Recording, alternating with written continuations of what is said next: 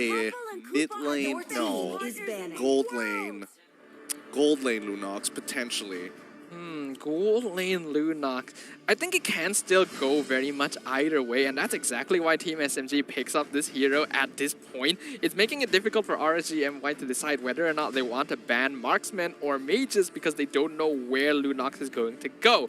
Looks like their choice is going to be on marksmen, getting rid of that Popol and Koopa, and Team SMG also get rid of the Lilia.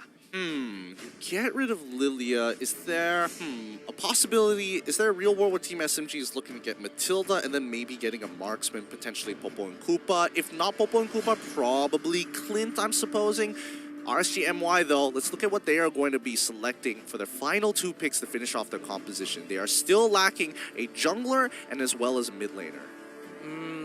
What is going to be the choice here, and what does RSG want to ban out? Do they still want to hone in on marksmen? I don't know if it's worth it banning out any more choices now, because Brody, Clint, all of these options are still on the table. So actually, they decide to ban out Dirov. So they might actually be considering that this Masha is not the EXP laner. Okay. Let's think about this for a little bit. So if Dirov is gone, they're making sure that Esmeralda doesn't have a bad matchup. Now, Team SMG, they probably see this, right? And now they have a lot of flexibility. I guess they just... Do they just show an assassin jungler if they wanted to? But the guy's already there. Instead, they're going to go with Grok. So flex upon flex upon flex. You still aren't 100% sure where everybody's going right up till that last pick. I do think that this is still most likely a Grok roam and a Masha EXP lane because the days of Masha roam are a little bit behind us. Thank God for that. Yeah, that was a rough time. I think Team SMG go for this because they want to keep this Lunox as confusing as possible for as long as possible. Not allow RSG to have a good mid/gold lane matchup. So what is the choice going to be here? Benedetta locked in for RSG as well as the Cecilia. Benedetta jungle. Okay, I'm curious to see whether we're going to see another unbending will Benedetta or if it's going to be the natural killing spree. Well, we don't know which build Kuza's going to go. We'll find out once we jump into the game, but Team SMG have one final pick here. Where is this Lunox going? Let's get a confirmation. The fact that they banned out the Karina, I would assume that it has to be some form of auto attacker, something that Sasa is comfortable with, which is either Clint, Brody, Popo, and Koopa, all of which we've seen him play in the previous season. I don't think it's Popo and Koopa, mainly because it is going to be the Diggy, as well as that is banned, but Claude, this is worth it. I was personally still kind of hoping that this was a gold lane Lunox simply because we know Sasa can play it and it would be very interesting to watch. But no, this is going to be hate on the Lunox in the mid lane, and the Claude picked up by Team SMG this time, showing that they're the ones who know how to make this work. And this could be quite effective as well, considering that the Blazing Duet would catch out the big group up around Time Journey. Interesting. I like the reads coming in from both of these teams. Very interesting drafts in the way, well, the thought process behind their drafts. But it's time to be jumping into this game. Team SMG up against RSG in game number 2 of this best of 3. Right now, Team SMG at match point, and it's going to be real tough here because they have to deal with Masha and as well as a Lunox, which we haven't seen in a long time with so many mage picks up. Can this Diggy protect their entire team to reach that late game? Let's find out back in the land of Dawn. This is going to be yet another battle full of bloodshed between these two teams as Team SMG wants to secure that 2-0 victory to get those juicy 3 points on those standings, whereas RSGMY wants to make sure that they are putting up a fight here in their first game of Season 10. All right, this is going to be some exciting stuff because Kuza already going to be on that Benedetta jungle. He does go for the Demon Slayer this time around. He wants to be able to kind of speed up his clear. It's not going to be as effective as it was before, but it still gets the job done. Noir and Hate rotating super early on to try and take away and peel away the support from Loli Yells, chunking him down as low as possible. We can see that Team SMG recognized this lane dynamic once again. They were on the opposite side before, so they know that the Claude is going to have a hard time against Beatrix. And speaking of a hard time, Vox getting chased out of his jungle by HYHY. That was a good read by HYHY. He knows the timings, and after clearing his own, he's at, oh wait, hold on, Lolia's able to kill Noir here. Finds one, takes away a flicker as well, and Sasa getting back into the fight with his battle mirror image, a bit unnecessary, but it does give Kuza the opportunity to throw him off. That was just a little bit of a mistake from Noir there. He wasn't able to get the extra armor from his passive because he was playing in the middle of the lane. He definitely underestimated the amount of damage coming out of Hawk. We have to remember, Grok is very vulnerable to magic damage. Yep, he's got to be careful, and especially this early on in the game, those auto alarm bombs do hurt. Looking at the emblems overall, it does look like both teams are going for pretty default emblems overall. I do see that earlier as well, Smooth did actually pick up the Swift Boots, so he might be going for more of a damage build on this Masha as well. Yeah, he's probably going to be stacking up the traditional stuff. I don't think he's going to be the on-hit Masha, but he definitely is going to go for the traditional Twilight Armor sort of situation here in Sky Guardian's Helm. Kuza gets pushed away by Box for now, as Smooth does find him and is going to push him as far away as possible. Izanami's going to struggle to get in here, but HYHY just giving vision, can't really do much about the situation, but notice on bot side that once again, Sasa not having a fun time here. Yeah, but at the very least, he is still matching up in terms of EXP against Lolils, and that's the most important thing for a Claude in this sort of matchup, ensuring that he at least keeps up in terms of farm. Hate now, gonna be caught out by the falling Star Moon, but Brilliance gets him out. They're taking it nice and slow here with RSG looking to press their advantages across the map. Team SMG are just waiting for their item power spike before they can really do anything, right? Smooth is going to take a little bit of time. Sasa is on the losing lane.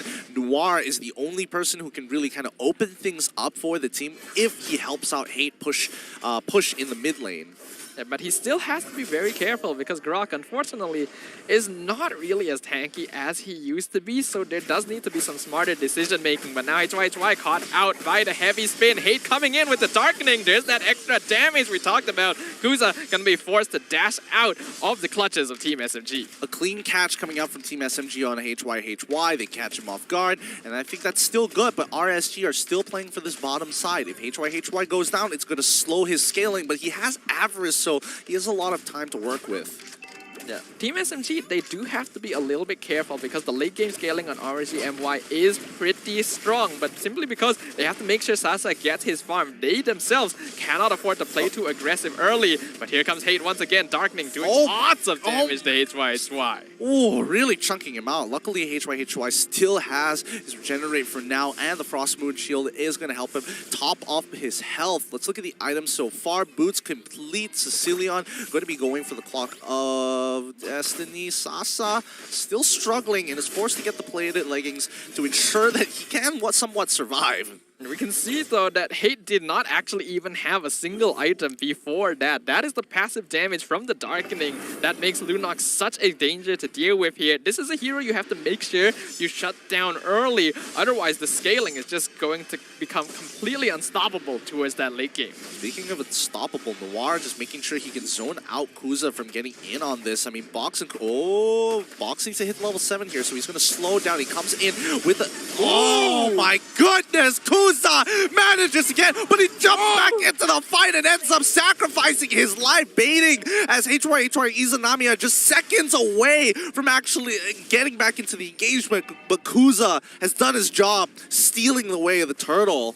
I feel like that had to be a mechanical error from Kuza there. He could have gotten out of that no problem. I get the feeling he might have auto-targeted his final dash, and that resulted in him going backwards when he would have been able to escape with it, but he did still steal the turtle, so that is not a bad result for RSGMY. Ah, man, it happens to the best of us, The auto-targeting system can sometimes be very helpful, but also can work against you in some trying times. But as you mentioned before, yes, it is important important that Kuza was able to actually take away the turtle this time round. With another 67 seconds on the clock before the next one appears, Kuza is going to try and dash across the map, but Smooth actually getting an early rotation as bot side has already fallen in RSG MY, making sure that they can take a potential second turret. Now they're looking for it, but the time journey comes out, Box and able to get them with a heavy spin, but Noir finds the flicker onto Hawk, doesn't get anything off of it. Hate now in trouble, goes into Brilliance, doesn't get hit by the Sanguine Claw, able to have some smooth moves, Darkening popped up, flickers on towards Sasa's side, and unable to get enough damage to kill Kuza, but he's so low and even Box ends up falling to the damage of RSGMY. And that's exactly what RSG are looking for right there. A beautiful engagement, taking advantage of the fact that Box simply went too far with that heavy spin, underestimating the duration of time journey, putting him out of position, going for Hatred, getting that kill. All very important things. And now with 2 tier 1 towers down on their side, they're sitting on a comfortable 2k net worth lead. It's such a feels bad because Hate was so close to taking out Kuza. He was on a sliver of health, but let's not forget that some big battle spells have been blown by Team SMG, and they won't have it up for this upcoming turtle fight. 2 flickers down, and Sasa does not have his sprint. Now RSGMY are the ones in control. They're going for the turtle, even using the Electo final blow to secure it. Team SMG know they cannot contest this, and now they are going to be playing on the back foot. RSGMY right now doing a very good job of maintaining their mobility and just dancing around Team SMG. Let's not forget that. Oh, wait, actually, let's not forget that Box actually sacrifices his orange buff to Sasa to actually speed him up in lane. So he is sacrificing a little bit of EXP, and Kuza now overtaking him in levels. That's going to make a significant difference when it comes down to these neutral objectives. Whoever has the higher level amongst the junglers usually have a bigger retribution. And besides that, we can see that Lolios is comfortably farming. He already has his Blade of Despair and Malefic Roar completed. Sasa not even achieving that golden staff just of yet. So RSGMY in a comfortable spot. Lightning Trunkion and Izanami as well. Their scaling heroes are really starting to pick up the pace. Yep, they're getting into position, and the damage is going to really hurt. And Team SMG just has to staunch the bleeding for a little bit longer here. It's just a 3k gold lead in RSGMY's favor, so it's not like they can't recover from this, but they can't afford to bleed any further. Noir is trying to slow down this wave as RSG now focused on objective tower gating. This is very smart from RSG. They know Team SMG want to give more farm to Sasa, so they're going to be focusing on one lane, allowing RSG to play on the opposite side of the map and continuously get towers for free. Kuza now even threatening the buff. Did he steal that? Yeah, I think he did. He has the purple. He has the purple buff aura around him, and unfortunately, Box doesn't. He's gonna fall even further behind here. 11 to 10 so far, and now the Lord is spawning in the next 7 seconds or so. Sasa is just back to farming. They know they can't contest this. I feel like we have to comment a little bit about how we were talking about. Kuza is known for these assassin heroes. Let him play an assassin hero.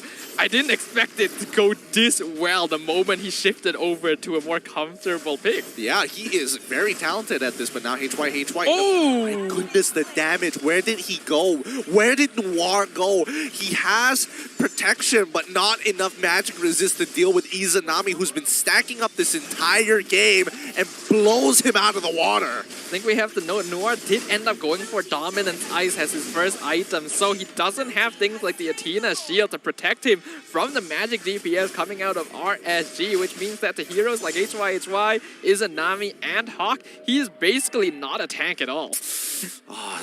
That's definitely a feels bad. There's nothing you can do about it, but now let's see how much of an advantage they can get from this Lord push. Smooth jumps on top of Loliel's, already using his shockwave, but Noir unfortunately can't do much. One more bad impact is going to be enough. So close. Kuza looking to get him, uses his eye for an eye to close the distance, but again, there's just too much. It gets disarmed by Smooth before noticing, hey, 3 people may be a little too much. I'm going to take your purple buff and start pressing for these outer turrets. Noir was literally living on a prayer there in that last fight, and now we are seeing a problem. This Diggy pick from RSGMY is full countering any engagement Team SMG has. Heavy spin, wild charge, it does not matter. It's just all negated, and that means they have no way of effectively starting the team fight. Well, speaking of starting a team fight, they might actually want to book it here because it's going to be tough. They're trying to take out this Lord as soon as possible, and Loliels and Izanami are just farming autos here. Bad impact stacks just increasing, and Loliels just slowly sieging it down.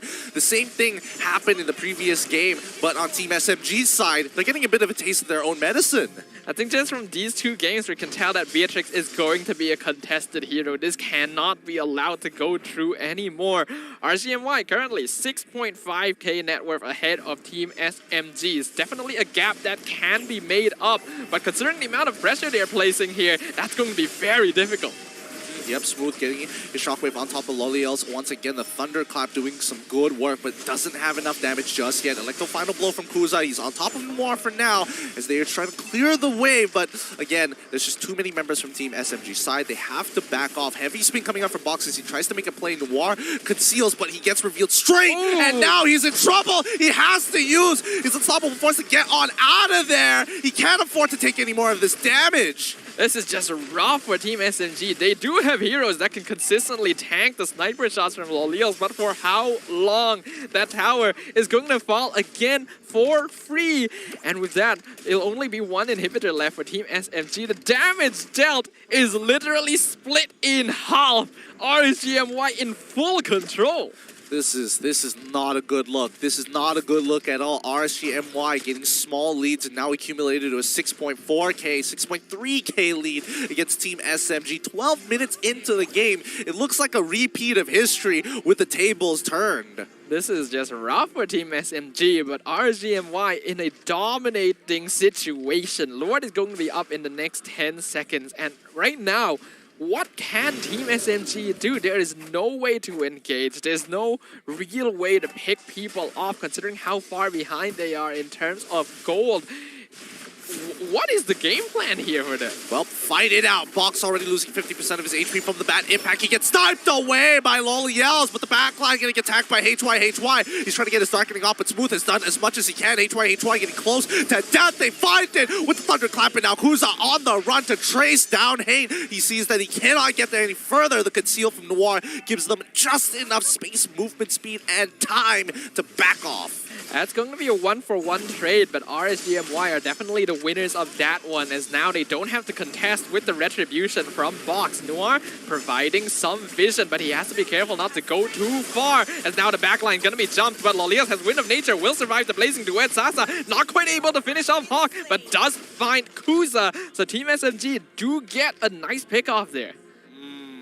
It was a good attempt, very good attempt. And I think Team SMG, you're starting to realize that hate is starting to scale hard. Oh my, that was a little too close for comfort. But hey, you know, they're going to be fine. They're going to be fine. Team SMG holding on. Let's look at the item list so far, and that's what you want to see. You want to see that club with max items. Yep, so right now Sasa only one item away. It looks like it's going to be a defensive choice here to make sure that he can match up to Loliels. But the same can be said for the opposite side. Loliels actually going for full damage here. He doesn't care about living because he knows that his team will be able to buy him enough time. As the game now continues, we can see that the net worth lead for RSG has actually reduced a little bit. But with Luminous Lord pushing up top side, this is a very important defense for Team SMG. RSG pressing into enemy territory. Box does find Kuza. He does have sort of an angle, but it's not worth it with these Lord and Power minions being a big priority as they lose one inhibitor. Box is going to get pulled back by the rest of time, but Sanguine Claw allowing him, Loliels, to take him out with a single shot. And now they have to deal with Lord. HY falling. Star Moon on towards Hane's side. He's in trouble, but the backline is already dead. Noir is gone, and Hane can only watch as Sasa comes in with a Blazing Duet. It's over. RSG even the score 1-1 against Team SMG. We knew we were gonna expect an exciting series here, but who could have predicted the intensity of these two teams? The RSG fans in the crowd feeling very satisfied with their team's performance. Absolutely. HY coming up on the line finally against Smooth of all people, and Box struggling to find these angles. GG, well played to RSG as we move on to game number 3.